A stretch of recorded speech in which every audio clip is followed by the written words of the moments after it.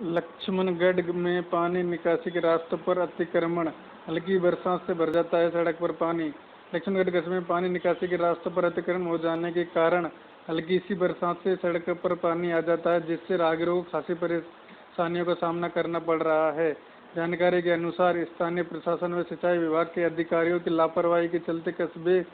के पानी निकासी मार्गों पर अतिक्रमण होने के कारण हल्की बरसात से सड़कों पर घुटने घुटनों तक पानी भर जाता है, जिससे राहगीरों को खासी परेशानियों का सामना करना पड़ रहा है।